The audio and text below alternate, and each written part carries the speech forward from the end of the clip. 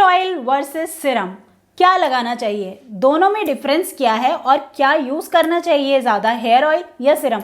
बहुत लोग सोच रहे होंगे हेयर ऑयल यूज़ करना चाहिए ऑब्वियसली, है ना, सिरम में क्या रखा है। लेकिन इस वीडियो को देखने के बाद आपके सारे कन्फ्यूजन, सारे डाउट्स क्लियर हो जाएंगे। जानना चाहते हैं इन दोनों के बारे में तो वीडियो को एंड तक देखना, और अगर चैनल सब्सक्राइब नहीं किया है तो प्लीज़ सब्सक्राइब कर देना इसी तरह के इंटरेस्टिंग और यूजफुल वीडियोस देखने के लिए।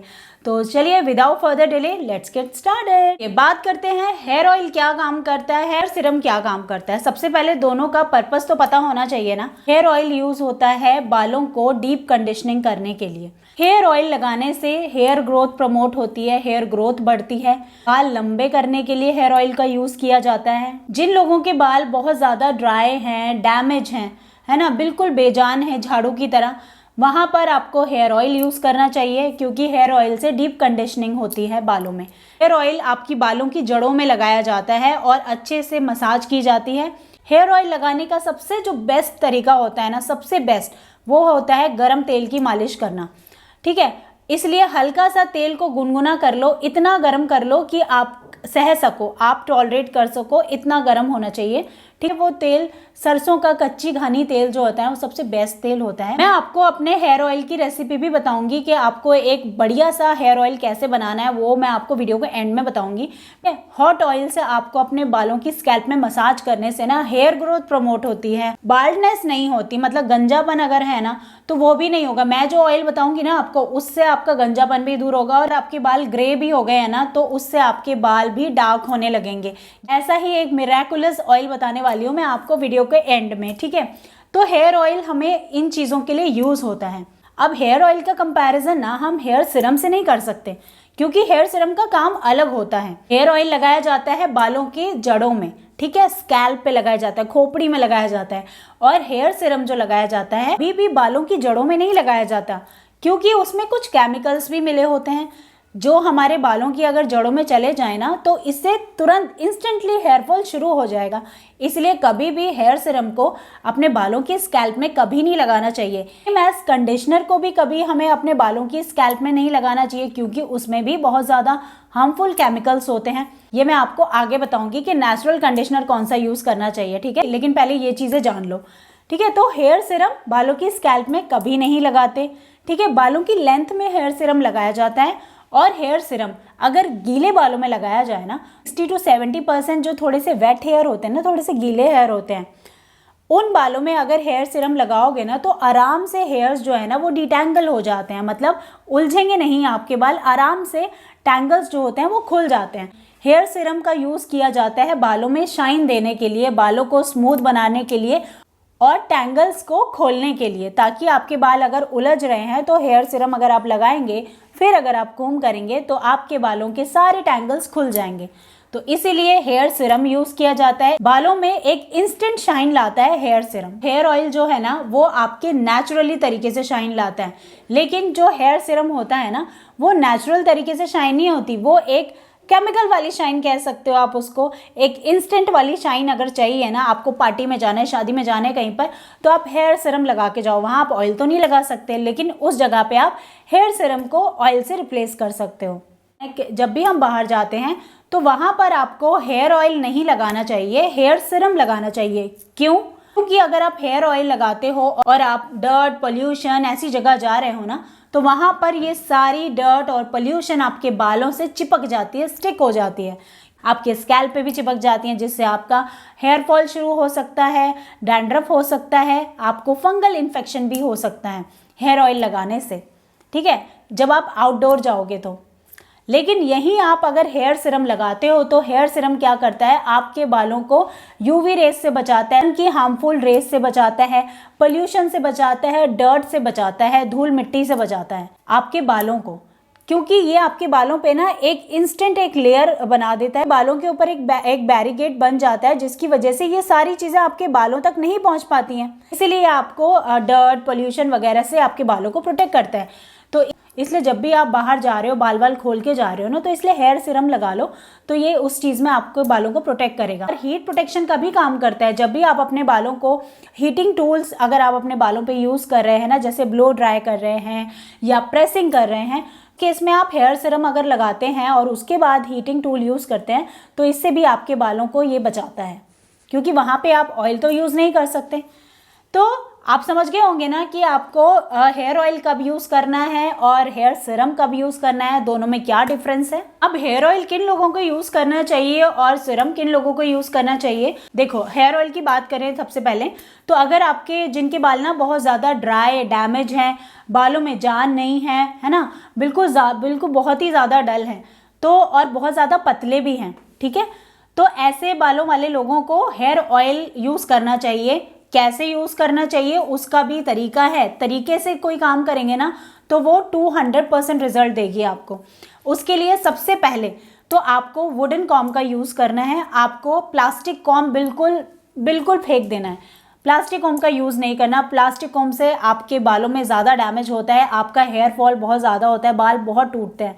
इन कॉम्ब ट्राई करना है कि आपको नीम वुड का मिल जाए, जो कि बहुत ही इजीली अवेलेबल हो जाता है आपको किसी भी लोकल स्टोर पे, या फिर आपको ऑनलाइन भी मिल जाता है, फ्लिपकार्ट, अमेजॉन। लिंक आपको डिस्क्रिप्शन में मिल जाएगा, इसका मैं आपको डाल दूंगी, तो आप वहाँ पे क्लिक करके ले लेना, ठीक है। नीम वुडन कॉम्ब जो होता है ना, इससे क्या करता है, ये आपकी हेयर ग्रोथ को प्रमोट करता है, आपके स्कैल्प में ब्लड सर्कुलेशन को इंक्रीज करता है। और अगर कोई फंगल इन्फेक्शन है ना, डैंड्रफ को ही ले लो, डैंड्रफ भी रिड्यूस होता है, डैंड्रफ भी इससे गायब हो जाता है अगर आप नीम वुडन कॉम्ब यूज़ करेंगे तो। इससे हेयर फॉल भी नहीं होता है, तो इसलिए आप यही प्रेफर करो कि आप वुडन कॉम्ब ही यूज़ करो और नीम का बना हुआ वुडन कॉम्ब ही यूज़ करो, ठीक है। ये आपको हाईली रिकमेंड करती हूँ मैं, नीम वुडन कॉम्ब। ड्राई और डैमेज हेयर वाले लोगों को और पतले बाल वाले लोगों को यूज करना है हॉट ऑयल चंपी करनी है अपने बालों में, ठीक है। अगर आप एक रात पहले करके सोओगे तो और अगले दिन आप शैम्पू कर लोगे ना, तो बहुत अच्छे रिजल्ट आपको मिलेंगे। नेचुरल शाइन मिलेगी आपके बालों को, नेचुरल शाइन, और हेयर ग्रोथ भी आपकी बढ़ेगी, ठीक है। आपको बहुत ज़्यादा दिन तक अपने बालों में ऑयल लगा के नहीं रखना है, क्योंकि इससे भी हेयर फॉल बहुत ज़्यादा होता है, ठीक है। और इससे बाल बहुत ज़्यादा, ऐसा नहीं है कि आपके बाल मॉइस्चराइज रहेंगे अगर आप ज़्यादा दिन तक ऑयल लगा के रखेंगे।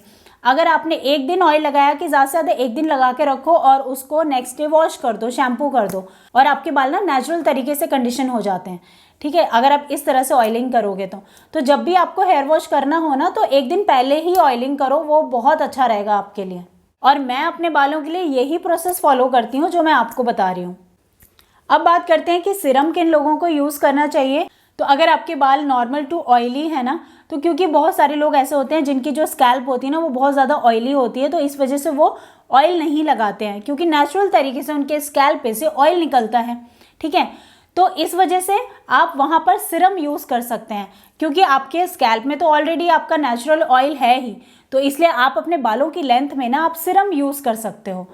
लेंथ पे और बालों की एंड्स में सिर्फ यहीं पर सीरम यूज़ करना है, क्योंकि स्कैल्प पे तो वैसे भी हम सीरम नहीं लगाते हैं। तो आई थिंक आप अब तक आप ये वीडियो देख रहे हैं तो आप समझ गए होंगे अच्छी तरह सीरम किन बालों पे यूज़ करना है और हेयर ऑयल कौन से बालों पे यूज़ करना है, दोनों में डिफरेंस क्या है, ये सारी चीज़ें आपको क्लियर हो गए होंगे आपके डाउट्स।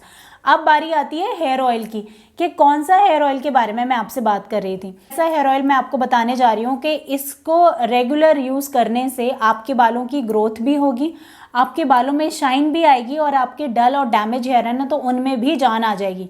और नेचुरल तरीके से बालों को कंडीशन कैसे करना है ये भी मैंने आपको अभी बता ही दिया, कि आपको एक दिन पहले ऑयलिंग कर लेनी है और अगले दिन वॉश कर देना है, लेकिन हॉट ऑयल से मसाज करनी है, तभी बालों में एक नेचुरल चमक आ जाएगी। ट्राई करके देख लेना, आपको इसको 100% रिजल्ट मिलेंगे आपको।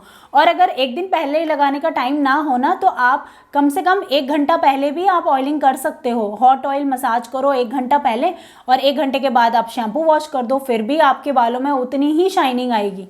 चलिए, इस ऑयल को बनाने के लिए ना आपको सारे के सारे नेचुरल इंग्रेडिएंट्स की ज़रूरत है, जो कि हम वीडियो में देखेंगे। इस ऑयल का सबसे बेस इंग्रेडिएंट है और सबसे इम्पॉर्टेंट है अनियन। तो अनियन 4 से 5 ले रही हूँ, इनको चॉप कर लेंगे। चॉप्ड अनियन को हम एक ऑयल में डालेंगे। अब इसमें बेस ऑयल का यूज़ करेंगे। आप मस्टर्ड ऑयल ले सकते हैं, तिल का तेल ले सकते हैं, या कोकोनट ऑयल ले सकते हैं। मैं यहाँ पे मस्टर्ड ऑयल का यूज़ कर रही हूँ। यह है प्योर कच्ची घनी का तेल, और इसमें मैं डालूँगी कलौंजी। तो ये भी आपको ये किराना स्टोर होता है ना, उस पर मिल जाएगी।